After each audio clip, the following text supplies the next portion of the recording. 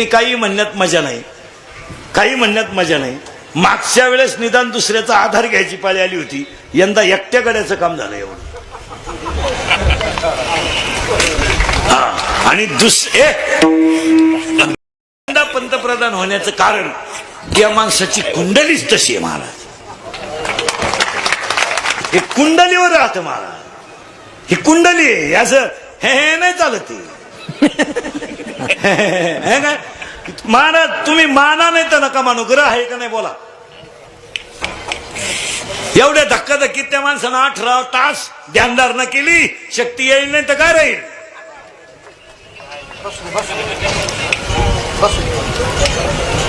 केली की नाही, केली की नाही. सध्या किती साधू असतील पण एक वाक्य निर्णय का बरं का, होऊन गेले ते नारायणगिरी आणि आहे ते भास्करगिरी.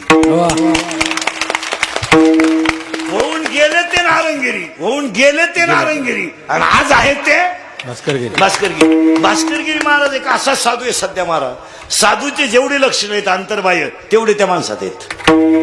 आज एक कशाचा खेळ हा सगळा प्रारंभाचा. काही 6 वर्ष आनंदीत राहिले, फक्त धोतारच नेसाय शिकले.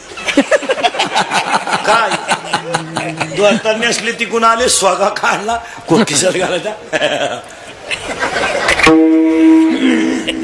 काही काशीला गेले 4 महिने, भागवत शिकून आले, झाले भागवताचार्य. ज्या गावात कथा ठुली त्याच गावातून रुक्मिणी नेली.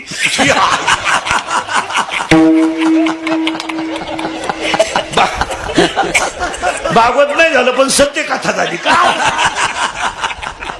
गरीबाच्या घरात जन्माला आले, भावानं वाईला काढून दिलं ना, झोपाय जागा नव्हती. पत्रेच्या 2 खोल्या होत्या, 2-4 पत्रे, नवरा बायको, लिमिटेड 1-2 जनावर.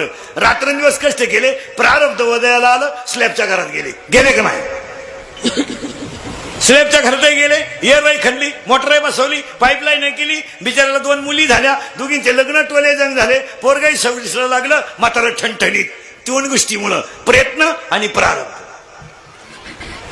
आपल्याला एकच पोर, तिचंही लग्न करायची गरज पडली नाही. ती पळूनच गेली तर लग्न कोणचं करणार महाराज. प्रत्येक व्यक्तीच्या 3 गोष्टी लागतात. एक कोणत्याही गोष्टीचं प्रारब्ध उत्तम पाहिजे, 2 प्रयत्न चांगले पाहिजे आणि 3 कुणाचा तरी आशीर्वाद पाहिजे. असं करत नाही. कोणी उठायचं आणि पाखवाद वाजवायचं, आणि कोणी उठायचं कीर्तन करायचं, कोणी उठायचं रामायण सांगायचं. बापाची पेंड नाही. इथं पाखवाद्याचं पोर याडं निघलं, तुझं कुठं शिकतो. कोणी उठायचं माझ्या पोराला पाखवा शिकवा, का ना मारायला. कोणी उठायचं माझ्या पोराला कीर्तन शिकवा. कीर्तन करायचं कसं कसं कोठरी भेटतात, कोण सांगतो. बाप रामायण सांगतो, पोऱ्या दुसऱ्याच गावातून सीता घेऊन आला. दशरथ राहिला घरी, रामच गेला वनवासाला. राम राहिला घरी, दशरथ गेला वनवासाला. आणि तो दशरथ दिंडी तिने करी झाला ना आमच्या बोकांडी आला. असं काय आलं मोरा, काय असं काय आलंय. शिळीच्या गळ्याचं लोंबलेलं सड कधी दूध देऊ शकत नाही. गाईच्या काशीतलं कुशीड कधी दूध पिऊ शकत नाही.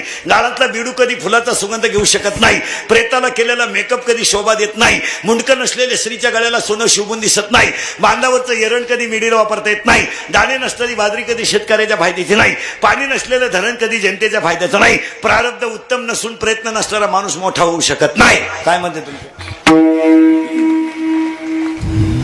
4 पोरींना सीबीएसईला 10वीला 499 मार्क पडलेत 500 पैकी. प्रयत्न असतील का नाही. 499 मार्क आहेत 500 पैकी 4 पोरींना. आणि 12वीच्या निकालात सगळ्यात टॉपला कोण आहे, पोरी. आता 48% सांडकुडून याचा भंगार क्वालिटीचा. आणि तरी त्याची आई म्हणली 48. त्या मनानं तुला लय झाले. त्या बापाला 48 नव्हती. आम्ही दोघं एकाच वर्गात होतो. लय माठ्यात वा बाप. तो मा पाहून पास झाला नाही तर 48% मार्क पडले. टोन गेला आणि त्याचा बाप म्हणला मेडिकलला घालू. प्रयत्न काय करतो, प्रयत्न पहिलाच प्रयत्न फेल गेला. काय करतो प्रयत्न, काय करायचं 48ला. महाराज आज क्वांटिटी लागत नाही, क्वालिटी लागते. कितीतरी पोरींचे ऍडमिशन असे झाले या 2-4 दिवसात महाराज. आता सीईटीचा निकाल लागला, पोरींच्या बापाला खिशात रुपया घालायची गरज पडली नाही. मार्क शीटवर काम झालं. ते बी पोरगी म्हणाल त्याला ऍडमिशन मिळालं. मेडिकल तर मेडिकल, डिप्लोमा तर राहिलेला मान घाला आर्टला. आता आकडून येऊन घालायचं. आर्ट कॉमर्स गावात गणपती बुडवणे, वराती काढणे, म्हाताऱ्यांच्या टिंगल्या करणे, माळकऱ्यांची कटआउट काढणे, बाबा लोकांची ऍक्टिंग करणे, टिकटॉकला इंदुरीकर नेऊन बसवणे.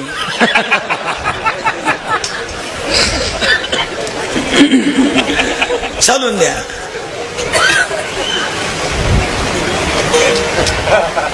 काय उपयोग त्याला क्वालिटीच लागते. काय म्हणते तुमचं? नाही नाही नाही, काय जप करू नका, तप करू नका. साधने तरी शब्द आलाय. तरी याचा अर्थ असा आहे, परीक्षा चालू आहे, 5 मार्काचे राहिले बेल व्हायला 5 मिनिटं राहिले, पुढचा मागच्याला म्हणतो आता तरी मला 5 मार्काचं दाखव. तसं साधने तरी, पण पुढचा शब्द आला हेची. याची या शब्दात असं आहे, याची व्हावी माझी आस, याची थोर भक्ती आवडते देवा, याची आम्हा करणे काम, साधने तरी हेची. एक, जप करू नका. हवामान खात्याच्या अंदाजावर पावसावर राहू नका. त्यांनी धरलाय नाद. गेल्या वर्षी असंच केलं. एप्रिल पासून दणका उठवला. यंदा लय होणार, लय होणार. पिरून ठुलं, अजून उतरा नाही. आणि आता 15 दिवस झाले. आला आला केरळ आला. त्या दिवशी म्हणली दाखल झाला, काल म्हणले लांबला, आज म्हणले शक्य नाही, आणि कालच सुरू झाला. ते लांबला म्हणलं का हा येतोय. काल काही ठिकाणी चांगलं. आणि पाऊस बिऊस हे यज्ञांवर अवलंबून आहे. मग एकाने मला आडवं धरलं 2-4 दिवसापूर्वी. माऊलीचं असं म्हणणं आहे, यज्ञ जास्त झाले की पाऊस पडतो. मग एकाने मला सांगितलं, का हो महाराज, यज्ञ झाल्यावर पाऊस पडतो हे जर माऊलीचं म्हणणं आहे, तर गावगाव एवढे टोलेजंग सप्ते चाललेत, पाऊस का पडा नाही, याला तुम्ही जबाबदार आहे. हे चांगलं बिघडलं माझ्यावर. मी म्हणलं तसं नाहीये भाऊ, यज्ञानं पाऊस पडतो, सप्त्यानं नाही. कारण आता सप्त्यांचे कारभार बिगर माळकऱ्यांकडे गेले, तर आता काय यज्ञ फिरणे आले. सप्त्यांमध्ये फक्त आता लाल करा एवढीच आहे. सप्त्यात काय आहे दुसरे? जो पंगत घालील त्याची लाल करा, जो कीर्तनकार हान आणीन त्याची लाल करा. सप्ता म्हणजे लाल लाल करून घ्या. सप्त्याची कारभारी तसेच. जे कीर्तनकार ठरवाय तेच जत्राला तमाशा ठरवाय, म्हणजे बाई ठरवाय तेच, बाबा ठरवाय तेच. त्याला घ्या त्याला घ्या, तसा तमाशा मिळणार नाही. आता पाऊस जर पाडायचा असेल तर तुम्हाला 2-3 गोष्टी सांगतो. पटल्या तर हा म्हणा, नाही तर मला काय तुमच्याशी गेलं नाही. असंच आहे. तो पटलं तर हा म्हणा. आज सगळे राजकारणी लोक, डॉक्टर आपले संतोष भाऊ माने, गायक वादक महाराज मंडळी, सगळेजण ऐका, बारीक ऐका, तुमच्या फायद्याच आहे ते. पटलं तर हा म्हणा. माणूस मेला, जाळतो आपण, कुठं जाळतो? स्मशानात. राख कुठं टाकता तुम्ही? नदीत. उत्तर नीट आहे का बरं का महाराज मंडळी सगळं. राख कुठं टाकता तुम्ही? नदीत. काशीला गेलो आंघोळ कुठं करता? नदीत. पंढरपूरला गेलो आंघोळ कुठं करता? मागच्या कीर्तनात एकच वाक्य ऐका, ती राख नदीत टाकू नका, टाकू नका नदीत. नदी टाकू नका. नद्या पवित्र ठेवा. नद्या माता आहेत, जरा पिसाळल्यावानी करू नका. नद्या अजिबात ठेवल्या नाही लोकांनी. नदीवर ती राख नदीत टाकू नका. ती गोणीत भरा, घरी घेऊन या, घरी घेऊन या. शेतात एक खड्डा घ्या, त्या खड्ड्यात ती राख टाका. त्याच्यावर आई बापाची आठवण म्हणून एक झाड लावा. आणि झाडं लावायला वृक्षारोपणाला जाहिराती करीत बस नका. वृक्षारोपण ही फक्त प्रसिद्धी आहे. पेपरला द्या, मीडियाला द्या, पेपरला द्या, 1.5 पानं जाहिराती छापा. वृक्षारोपणाला लावलेली झाडं जगा. जनता 45 डिग्री तापमानापर्यंत गेली यंदा. जर लावलेली सगळी झाडं जगली असती तर उन्हाळ्यात सुद्धा पाऊस पडला असता. झाडांवर भाषण नका करू. बस झालं, ते आला सीझन. आता आली 15 दिवस गंमत. शाळा उघडली का झाला गुरुजी टाईट. छडी गुरुजीच्या पोरांना कोरान टिकावार खन खन खन खन उकर उकर. तू उकर ना, उकर उकर. तू तर 1.5 महिना प्रचाराला होताच ना तसा. उकर उकर. लगेच फोटोवाले कॅमेरावाले सारखा सारखा सारखा ला ला ला. मिळालं झाड. बातमी पेपरला परेपर्यंत झाड मिळालं. आज 80% लोकांनी प्रसिद्धी फक्त वृक्षारोपणाची केली. पाया पडतो, गावातल्या बापाच्या घरी राहणाऱ्या मुलीनं नवऱ्याच्या घरी जाण्याच्या अगोदर बापाच्या घरी एक झाड लावा, तुमची आठवण राहील. नवऱ्याच्या घरी गेल्यावर लक्ष्मी म्हणून आली म्हणून एक झाड लावा. 10वीच्या मुलीनं मी शाळा सोडून जाणार आहे म्हणून एक झाड लावा. आणि कॉलेजच्या पोरांना मी शाळेत शिकतोय म्हणून एक झाड लावा. ग्रामपंचायत सदस्यांनी आमच्या ताब्यात गाव दिला म्हणून प्रत्येकानं एक झाड लावा. आणि सरपंचाने एक झाड लावा. भाषण करून देश बिघडू नका. ग्रामपंचायत सदस्यांनी 9च्या 9 असतील त्यांनी झाडं लावा. गावानं बोकांडी घेतले तुम्हाला 5 वर्ष झाडं लावा. आणि तुम्ही प्रत्येकानं जर झाडं लावली तर 2 वर्षात तापमान 35 वर येईल. तुमचं काय मत आहे? असं जर ऐकलं नाही तर आत्ता गेले 45. बरं ये जाऊन पुढच्या वर्षी होईल 65. काय मत आहे? तापमान दिवसेंदिवस वाढत राहणार. आणि झाडं लावताना लिंबाची लावा, सगळ्यात जास्त ऑक्सिजन.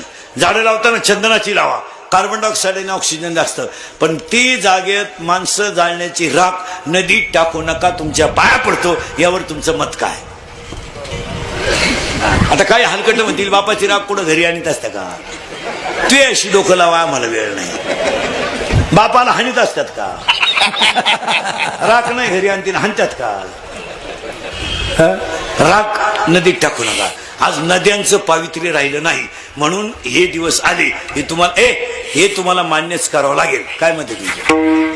दुसरी गोष्ट, आपल्या गावात तरुण माणूस मिळाला, स्त्री मेली 40-45 वर्षाची, तर सगळ्या राजकारणी लोकांना, शिक्षकांना, विद्यार्थ्यांना सांगून देतो, झाडाचं जसं राजकारण करू नका. झाडं लावणं ही काळाची गरज. आता जून महिना आला ना, तो दणकाच उठला पेपराला, मीडियाला, टीव्हीला 1.5 पट्ट्या जाहिरात. लावले झाडं. 13 कोटी लावा, 12 कोटी. कोटीत लावू नका, लावलं ते जागवा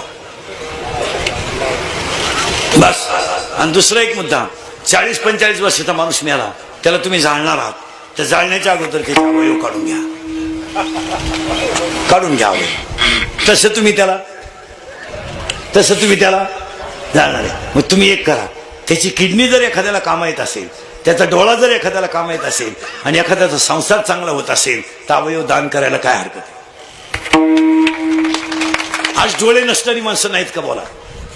आमची शेतकरी महाराज, तुम्हाला माहिती म्हणून सांगतो, हे शेतकऱ्याचं काय झालं माहिती का? शेतकऱ्याला नाही राहिलं कोणी वाली आणि त्याचं सगळ्यांनी केलंय भांडवल. महाराज, शेतकऱ्याच्या कुटुंबामध्ये परिस्थितीने आजार लपवणाऱ्या 30% स्त्रिया आहेत. की माझी मुलगी 12वीला आहे, मला मणक्याचा त्रास आहे, मी जर लवकर उठले नाही तर माझ्या मुलीचा डबा होणार नाही, अभ्यास होणार नाही, म्हणून मणक्याचा आजार सहन करून तिला आई भाकरी करून देणारी आहे का नाही? बोला. शेतकऱ्याच्या घरातली ही परिस्थिती आहे. शेतकऱ्याची बायको आजारपणाला घाबरते असं नाही, माझ्या नवऱ्याची ट्रीटमेंट करण्याची परिस्थितीच नाही याला ती हादरते. आणि ही माणसं अंगावर आजार काढतात. एखाद्याची शेतकऱ्याची बायको तरुणपणात, बाळणपणात गेली, तिला जर आंधळी मुलगी असेल आणि डोळ्याला जर दृष्टी येत असेल तर अवयव दान करायला काय हरकत? आणि तिसरी गोष्ट, या 2 गोष्टी जर तुम्ही केल्या मारा, निसर्ग जागे होईल. आणि तिसरी गोष्ट, गावांमधली जी मंदिर आहे, पाया पडून सांगतो, मंदिरांचं पावित्र्य राखा. मंदिरांना पावित्र्य राहिलं नाही, यावर तुमचं मत काय? मंदिरांचा जो परिसर आहे तो स्वच्छ ठेवायला. 40% देवस्थानं येड्या बाबलीत गुंतलीत. कुणी तोडायला तयार नाही, जायला तयार नाही. आणि गावांमध्ये ज्या भंगलेल्या मूर्ती आहेत मंदिरातल्या, त्या मंदिरातल्या मूर्ती ऊर्जा देत नाहीत. ह्या माईकवाल्याने माईक लावलाय, त्याच्याकडे बटन आहे, त्याने बटन बंद केलं की हे बंद होणार आहे. किंवा माझ्याकडे बटन आहे, पण याच्यामध्ये ऊर्जा आहे, ही विद्युत ऊर्जा आहे. याच्यामध्ये जी ऊर्जा आहे ती विद्युत ऊर्जा आहे. माझ्या तोंडातला शब्द याच्यावर आदळला की ती ध्वनी ऊर्जा होईल. म्हणजे विद्युत ऊर्जा तयार केली त्याने, पण माझ्या तोंडातून ऊर्जा झाली ती ध्वनी ऊर्जा आहे. पण मंडपाचं कापड हल्लं ही नैसर्गिक ऊर्जा. कापड हल्लंय याचा अर्थ इथं याला हलवणारी ऊर्जा. मग गावामध्ये ज्या भंगलेल्या मूर्ती आहेत, भंगलेली जे मूर्ती आहेत, त्या मूर्ती गावांना ऊर्जा देत नाही. आणि कुलदैवतांकडे लोक व्यवस्थित पाहत नाही. यावर तुमचं मत काय? खंडोबाची जत्रा करायची ना, एकदा बोकड्या कापला ना, वर्षभर खंडोबा वासाव, पुन्हा त्याचं मंदिर सुद्धा झाडायचं नाही. पण बोकड्या बाकी 9,000चा कापायचा. भैरोबाचं तसंच करायचं. भैरोबा आला आणि जत्रा आली ना, उसने पैसे करून बोकळे आणून सपटी आणून पाहुणे बोलून पार जसं काय अन्नदानच मांडलंय त्यानं. मग पाहुणे बोलून खांड हाणून मोकळा, पुन्हा त्या भैरोबाचं पायचं नाही. आणि ही कुलदैव